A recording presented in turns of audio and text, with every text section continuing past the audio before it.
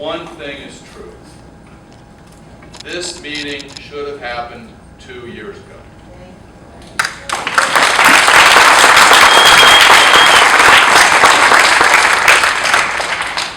One other thing is true. There should be no decision on the resolution of this issue until there has been adequate answers to the serious questions that the panelists today have brought forward.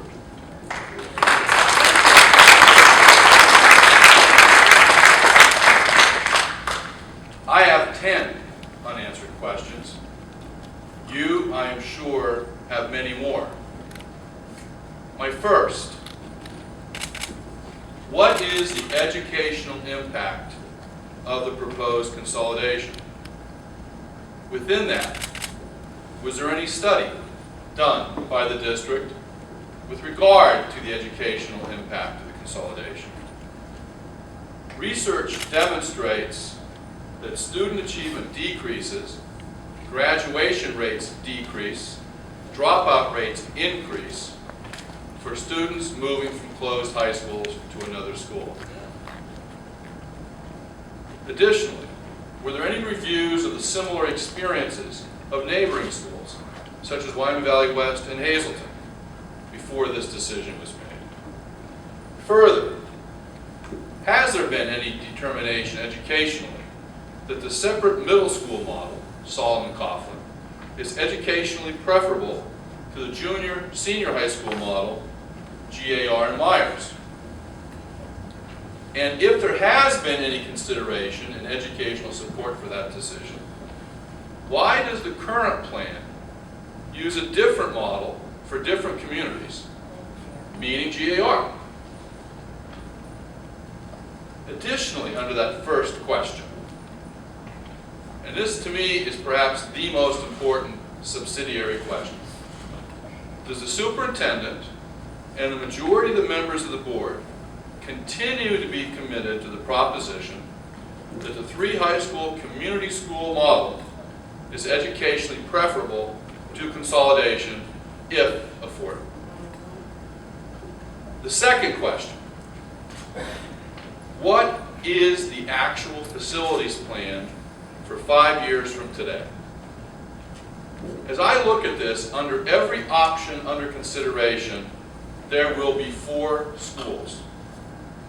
So the idea that consolidation will bring us reduced operating costs is questionable at best. The current district plan has Wyoming Valley East and GAR as high schools. It has Kistler as an additional new middle school, and it has Mackin as an elementary school. 4 schools. Under the plan proposed by Mr. Evans of the board, we will have Wyoming Valley East and Mackin as a STEM school, and GAR and Kistler as middle schools. I say this with some authority and due respect to Mr. Evans because in June, Mr. Evans posted on Facebook immediately after the meeting at GAR that the GAR students will be absorbed into the new high school. And Dr. Previznak said the same thing in his speech. And he further said that the new school will be built, bring everyone to GAR shortly thereafter. I wouldn't have voted otherwise. And he went on to post, the new school will accommodate 2,200 to 2,400 students, 9th through 12th grades. So that is a secondary plan. 4 schools. The third plan, I call it Mr. Evans' plan without STEM, has Wyoming Valley East as the high school, GAR and Kistler as middle schools, and Mackin as an elementary school. 4 schools again. And the modified status quo plan would have a high school in Plains, which deservedly should have a high school and has not had one in 40 years, and misses out on the benefits of neighborhood schools. GAR and Myers. And Mackin, again, an elementary school. 4 schools. With respect to the second question then, has there been any study of comparative construction and improvement costs under the 4 different plans providing for 4 different schools? The third question that must be answered, what happens to GAR and its community? Several years ago, there was a plan on the table involving at least $20 million worth of improvements at GAR. More recently, you heard Mr. Nolan reference a plan that involved $30 to $40 million of improvements for GAR. Currently, there are plans for no improvements at GAR. The school community with the highest concentration of racial minority students and economically disadvantaged students gets none of the advertised benefits of the expenditures for consolidated school.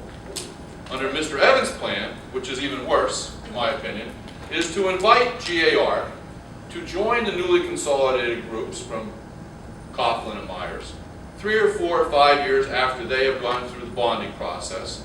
And then GAR can come down the hill and join them as the ultimate and forever outsiders.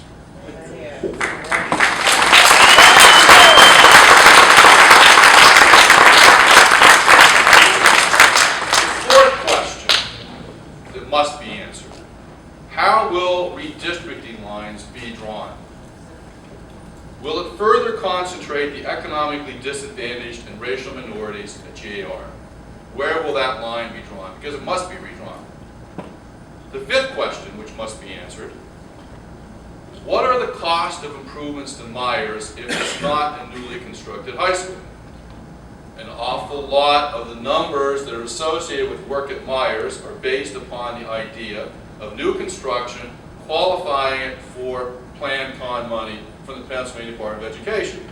If that's not done, if only the most essential things which have not been done for 30 years are done, improvement to heating and ventilation systems, window replacement, updating of the bathrooms, improvement of the labs, how much would that cost? The masonry work that Mr. Wilson pointed out has been part of the question is also a cost item that we have to deal with and understand what it is. But the question is, how much money is that? The subsidiary question, or this fifth question, is what are the costs of those improvements compared to the undisclosed, unspecified costs of demolition of Myers, which is not a hidden cost, it's a real cost. You're either going to knock it down or you're going to do something to maintain the safety of the community in South Wilkes-Barre. Number 6, what is the basis for suggesting the consolidation will reduce operating costs? We still have 4 schools under every plan. Transportation costs to the school district reports are underestimated. And we were all present at GAR and heard that one of the reasons that Myers was not an acceptable alternative for a consolidated school was it was impossible to run the buses out of Myers because of Beekman Street, because of Hanover Street, because of Corlear Street. You cannot do it. But the cost projections on which the district relied with respect to transportation supporting the Coughlin site for Wyoming Valley East was that all the students in the Myers catchment area would walk to Myers where they would be bused to Wyoming Valley East. You cannot have it both ways. There is no excess capacity in our current teacher workforce. You're not going to save money by reducing the number of teachers. That's not going to happen. But more than that, it shouldn't happen to increase the teacher-student ratio to something that's unacceptable for educational quality. But all you need to think about is we presently don't have teachers in our district who are underutilized. That's not happening. Teachers teach in different grade areas, in different subject matter areas for which they are certified. There's nothing wrong with that, and there is no cost savings that's going to come when a consolidated high school has a teacher teaching 8 classes of French when presently a teacher teaches 4 classes of French and 4 classes of English. It doesn't matter. Furthermore, there's been no calculation of transfer costs for moving students from a closed school to another school. The 2011 LIT report finds that it is not unusual for these costs to exceed $1 million per school. That has not been budgeted. The 7th question, what are the prospects for state reimbursement of construction costs? How many other districts have submitted plans under Plan Con A since January 1st of this year? 47. 79 projects totaling $1.8 billion. Plan-Con funds have not been released and given to the districts since the 2012 moratorium. We are behind 4 years of approved programs before that money is available to us. Now, the backlog on payment for approved projects until the time the moratorium was lifted in 2014 is about $1 billion. That's the backlog on payments. Now, I have been told by a number of people that the reason that this decision had to be made when it was made in June to get to the June 30th deadline was you've got to buy the lottery ticket to win the lottery. And there's nothing wrong with buying a lottery ticket. There is a chance you win, but there is a hidden cost to not understanding that you do not plan your future on the outcome of winning that lottery.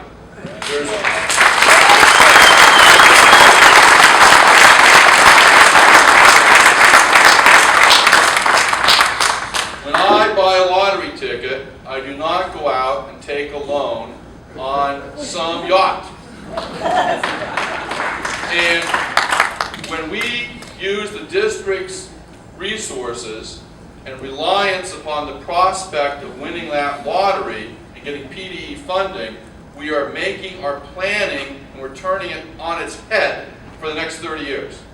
There is no realistic prospect that I've seen that we're going to get the PDE funding. And if we don't, we should plan as though we're not, and we should make the proper educational plan.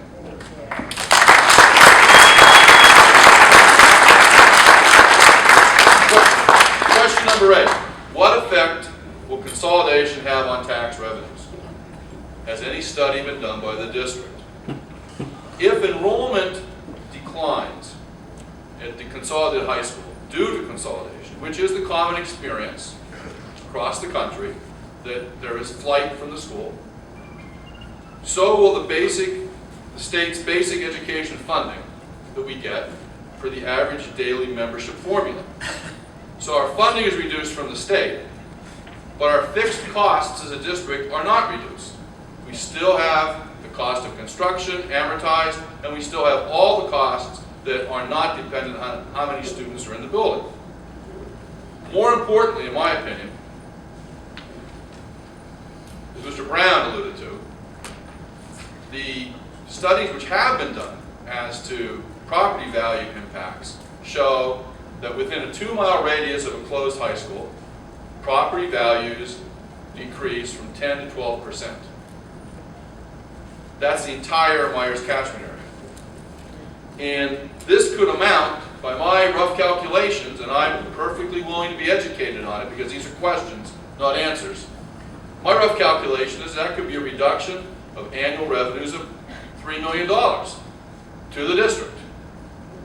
That is a serious factor, and it's one which is certainly going to offset any operating cost any operating costs that come from consolidation. My 9th question, with all due respect to Mr. Nolan and Mr. Wilson,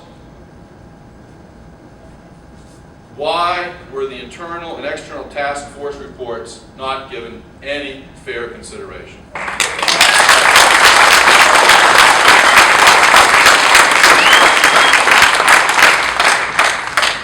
It's unthinkable, it's disrespectful to the citizens who contributed their time and to the employees of the district who contributed their time.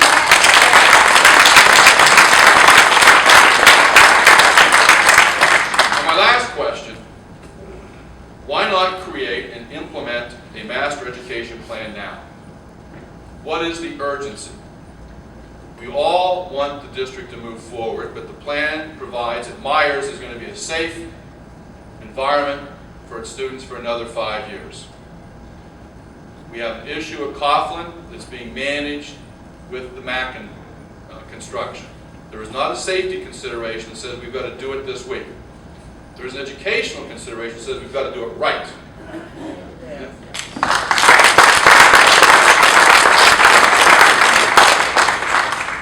In closing, the district bought the school books, but didn't open them, crammed for 36 hours before the exam, and now is surprised when it did not achieve a passing grade from the public. Yeah. I have a call to action for all of you. And this meeting is an important one to share information and for our panelists to provide what they've learned in these months. An opportunity for everyone else in the room to speak. But it's pointless if there isn't a call to action of some sort. I'm asking everyone here who has a concern, regardless of which side of the issue you might be on, regardless of where you think the end result should come, that you contact in person, by letter, by email, by social media, each member of the board, and ask that each member answer these unanswered questions and any other questions you have of your own. Second, I ask that you go to the school board meetings and that each of you use your 3 minutes to ask one of these questions or any ones of your own. Third, I ask that you insist on satisfactory answers to these questions.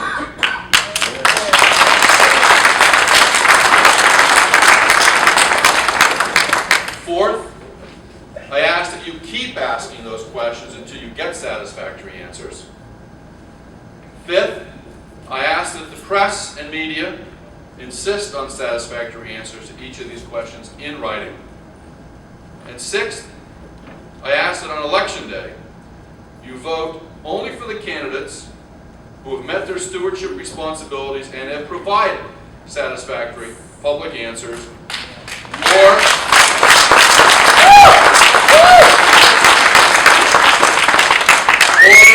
vote for write-in candidates who will.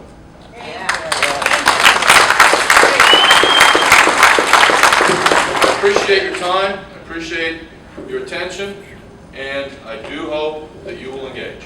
Thank you.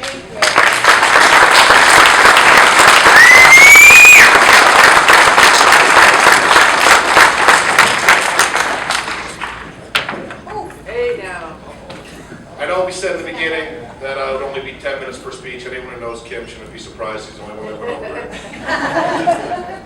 We're going to take a quick 5-minute break, so if you have any questions, you can get them to the front to young Mr. Shiowitz there. And I'll ask them the questions, and following the questions, if you sign in, you can make any public statements you would like. Thank you.